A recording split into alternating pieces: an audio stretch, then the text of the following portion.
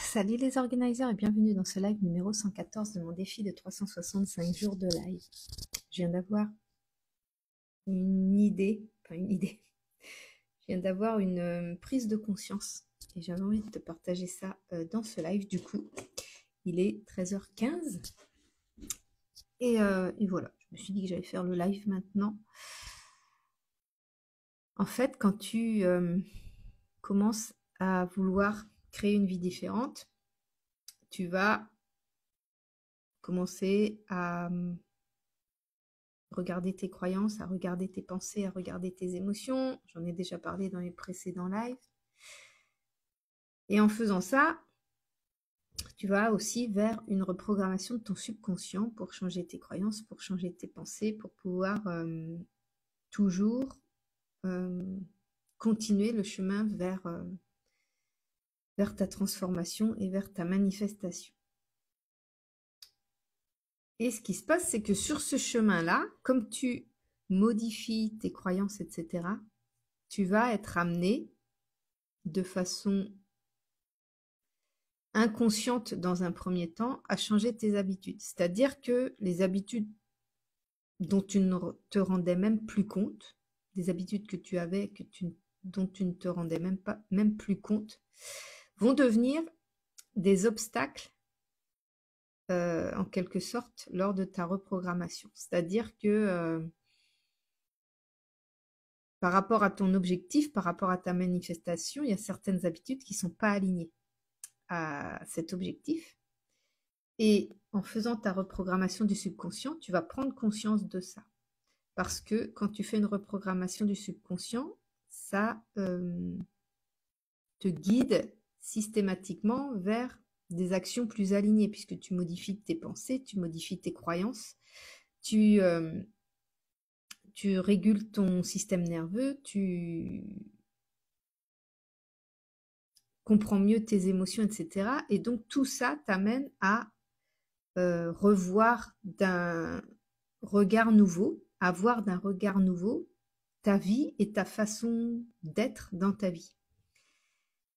Et du coup, tu vas te retrouver face à des habitudes qui sont finalement en contradiction avec ce que tu veux créer.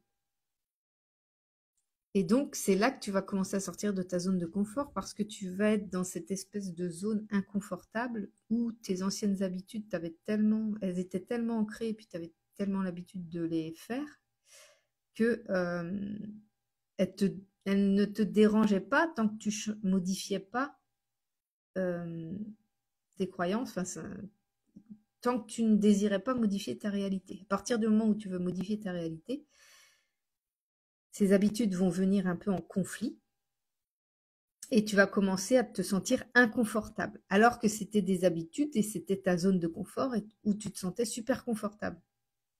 Et ça va devenir inconfortable. Et donc, c'est à partir de ce moment-là que le changement commence à s'opérer. Et je vais te donner un exemple pour illustrer ça. C'est actuellement, on a toujours mangé depuis qu'on est ensemble, même si mon chéri sait faire la cuisine et fait des bons petits plats. Il en fait surtout quand on a du monde à manger. Mais on est très pâtes, pommes de terre, enfin très plat hyper simple. On cherche pas de midi à 14h. On prend le plus simple et ce qui donne le plus envie à des jeunes, puisque j'ai mes enfants à la maison et encore à la maison. Et autant quand ils étaient plus jeunes, on pouvait leur faire manger n'importe quoi et que là, ça tourne toujours autour de la même chose, des pâtes ou des pommes de terre. Et moi, qui ai commencé à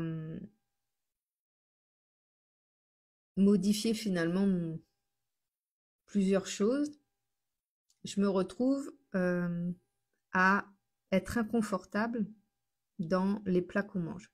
C'est pas concernant ma préménopause, etc., parce que j'ai modifié des choses qui me concernaient que moi par rapport à mes préménopause. Donc, les plats actuellement qu'on mange, enfin, les plats qu'on a toujours mangés, on va dire, ne me font aucun mal. Enfin, ça me dérange pas du tout. Mais je commence à avoir cet inconfort. Ça ne me convient plus ça semble ne plus me convenir par rapport à ce que j'ai envie de créer. Ça rentre en conflit. Vraiment, j'en ai marre de manger des pâtes et de manger des pommes de terre. Et j'ai envie de changement. J'ai clairement envie de changement dans mon assiette. Donc là, on est en train de tester des plats avec mon chéri. Et tu vois, c'est pas du tout par contrainte. Autant mon chéri, lui, oui, il change un peu ses habitudes alimentaires parce qu'il a des contraintes de santé, au niveau de sa santé. Mais moi, j'ai rien. J'ai pas de contraintes au niveau de ma santé. Et malgré tout, j'ai ce besoin de changement au niveau de mes repas. J'ai besoin de modifier ma façon de manger. Et je suis incapable d'expliquer, bah, c'est parce que je me sens fatiguée, c'est parce que... Non, non, il n'y a rien. Il y a rien de concret. Concrètement, il n'y a rien qui pourrait m'obliger à changer mes habitudes.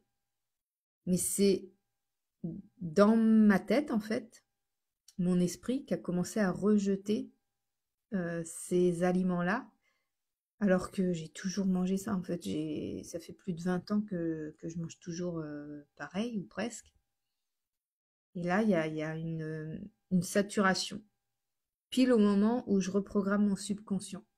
Donc, je me dis que il y a un lien, c'est forcé qu'il y a un lien. Et ce qu'il y a, c'est que souvent, on a une raison pour laquelle on veut changer nos habitudes. Parce qu'on veut perdre du poids, parce que on veut gagner plus d'argent, parce que... Enfin, on a une raison comme ça. Et en fait, nos changements d'habitude sont faits euh, dans la force un peu. Tu sais, ou pour ta santé, par exemple. Ben non, il faut que je change mes habitudes. Il faut, tu vois, déjà il faut que je change mes habitudes parce que pour ma santé, ce serait mieux et tout. Et en fait, tu fais les changements dans la force.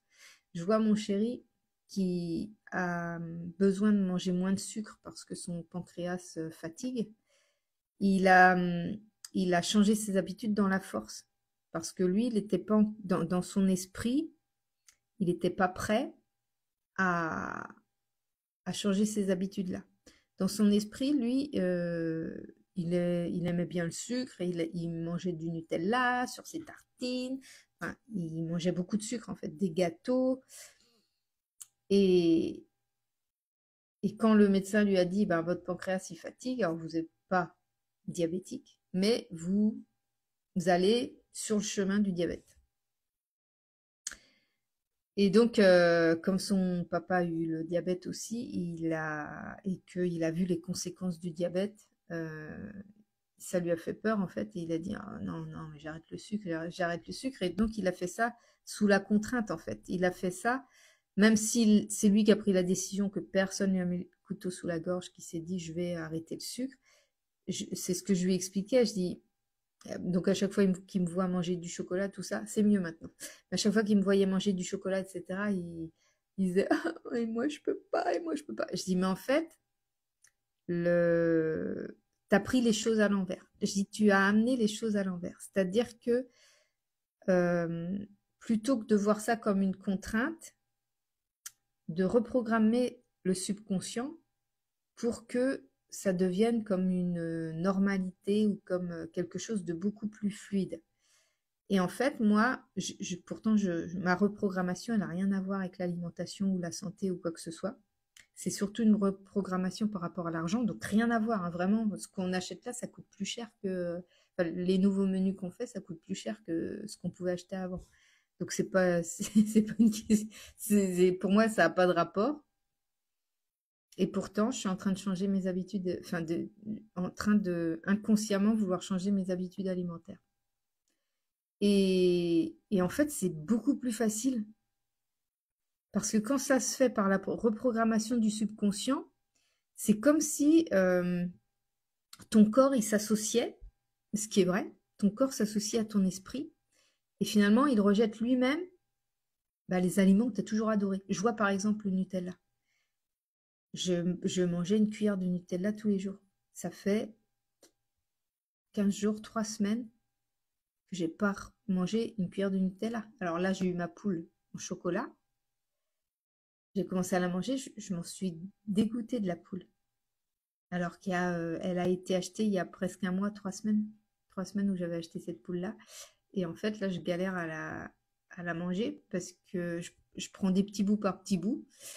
Mais parce que, en fait, j'ai plus envie. Il y a des choses, c'est comme si mon corps, il rejetait ce que j'aimais avant. Et du coup, ça me fait le même effet avec les pâtes et les pommes de terre. Et je me dis, en fait, c'est ça la clé. C'est d'abord de reprogrammer dans ton esprit ce que tu as envie de créer dans ta réalité. Et ça fonctionne pour tout, hein. Là, je te parle de ça, c'était pour te donner un exemple, mais c'est exactement ça. C'est d'abord de reprogrammer dans ton esprit pour le voir dans ta réalité ensuite. Et du coup, par rapport à ce que tu désires, tu reprogrammes et finalement, tout ce qui est accessoire autour ou tout ce qui est un petit peu branché au résultat va se transformer aussi. Du coup, les habitudes vont changer, euh, les actions vont changer, les comportements vont changer, les réactions vont changer. C'est pour ça que souvent les gens, quand tu changes drastiquement de vie, les gens qui te connaissaient avant, avec l'ancienne version de toi, disent: ah, qu'est-ce que tu as changé? Mais en fait, non, toi, intrinsèquement, à l'intérieur de toi, tu n'as pas changé. Mais c'est sûr que par rapport au but que tu t'étais fixé et que tu atteins, bah, tes comportements ont forcément changé. Tu as changé de comportement, tu as changé d'action parce que tu as changé d'identité. Tu n'as pas changé de personnalité, tu es toujours la même personne, mais tu as changé de ton identité. Et ouais, c'est ça qui était difficile à comprendre. Maintenant, je commence à voir de mieux en mieux, à comprendre de mieux en mieux qu'en fait, quand tu changes d'abord dans ton esprit, c'est beaucoup plus facile de surmonter l'extérieur ensuite. Pour bah, le temps que ça se modifie en fait, le temps que les choses changent. Là, j'en reviens pas actuellement à quel point je prends les choses avec sérénité. Alors que franchement, il y a des choses, il n'y a rien de facile. Si j'étais restée avec mon ancienne version, j'aurais plutôt hyper stressé et tout. Et là, je, je sais que c'est le chemin pour aller là où j'ai envie d'aller. Et du coup, c'est beaucoup moins difficile. C'est comme quand l'histoire de mon chéri avec le sucre, en fait, à partir du moment où déjà dans ton esprit, il y a quelque chose de modifié, bah, c'est comme si ça se répercutait naturellement à l'extérieur. C'est pour ça que le point de démarrage, c'est vraiment dans la tête. Le point de démarrage, c'est dans ta tête. C'est toi qui commences à créer dans ton esprit et qui va amener et ton corps et tout le reste finalement à ce que tu désires profondément. Et c'est vachement plus simple. T'as pas cette barrière comme quand tu te forces à faire un régime ou quand tu te forces à faire un certain travail ou parce que t'es pas allé reprogrammer ton subconscient, t'es juste resté dans tes croyances comme quoi travailler c'est chiant, travailler c'est dur, travailler c'est difficile et puis travailler on gagne jamais assez cher et tout ça c'est que des croyances.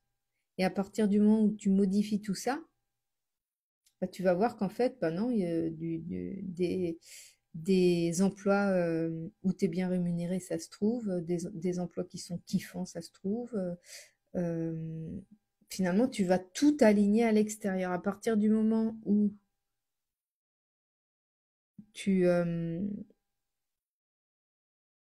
crées des pensées alignées à ce que tu désires, à partir du moment où tu es convaincu de ce en quoi tu crois, bah, ça se répercute sur ton extérieur. Je comprenais pas pourquoi ça avait été aussi simple, alors que vraiment j'étais pas du tout dans la version dans laquelle je suis aujourd'hui. Mais à l'époque, j'ai trouvé ça incroyable de euh, trouver la solution, enfin que la solution se présente à moi aussi vite au moment où j'ai pris la décision que non, j'avais pas de solution, mais je ne retournerai pas dans le salariat. Je resterai entrepreneur. Et j'ai halluciné du laps de temps très court où c'est arrivé à moi, en fait, de façon très naturelle, très inattendue. Et ça a été hyper simple, ça a été hyper fluide, hyper simple, tellement simple. Alors que je traversais un tsunami émotionnel avant. Avant ça, j'étais en train de me dire, mais qu'est-ce que je vais devenir? Et je dis, mais non, mais il n'est pas question, c'est pas possible que je retourne même en intérim et tout. Je voyais plus ça possible. Cette réalité-là n'était plus possible pour moi. Et à partir de ce moment-là, pouf, il y a un truc qui est apparu. Et voilà, je voulais te partager ça parce que ça confirme encore une fois que ton extérieur sera beaucoup plus facile à se créer si ça change, si tu commences par changer l'intérieur. Si déjà toi, dans ton esprit, tu es persuadé de quelque chose, d'atteindre un certain objectif, si déjà ta pensée, elle est convaincue, tu es convaincu de la pensée que tu as, ça va se créer dans ta réalité, forcément. Et il y a des changements en toi qui vont se faire d'une manière, j'ai envie de dire spontanée, d'une manière inattendue, pour te mener là, à l'objectif que tu souhaites atteindre. Voilà. Donc, prends bien soin de rester focus sur tes désirs. Prends bien soin d'entretenir cette flamme intérieure. Juste ça. Comment tu as envie de te sentir? Quelles émotions tu as envie de ressentir? Comment tu veux te sentir chaque jour? C'est exactement ce que moi je fais en fait dans ma reprogrammation. J'ai pas envie de stress, j'ai envie de me sentir bien et que finalement les difficultés elles me glissent dessus et que je trouve les solutions parce que je suis soutenue de n'importe quelle manière. Et c'est exactement ce que je suis en train de créer. C'était tellement plus facile. Je sais que là, je vais encore, je sais qu'il y a des choses qui vont encore bouger, changer. Ça me fait peur et en même temps, euh, je sais que c'est le chemin par où je dois passer et je sais que je surmonterai tout en fait, parce que je sais que je suis soutenue. Mais je pensais pas, enfin, j'imaginais pas que ça pouvait modifier autant au niveau du corps, au niveau tellement de choses qui se modifient en fait. Et c'est chouette. Franchement, c'est trop bien. La reprogrammation du subconscient, c'est trop bien. Voilà ce que j'avais envie de te partager aujourd'hui. J'espère que cette vidéo est compréhensible et que ça va pouvoir t'inspirer. Et je te fais des gros bisous et je te dis à demain pour le prochain live.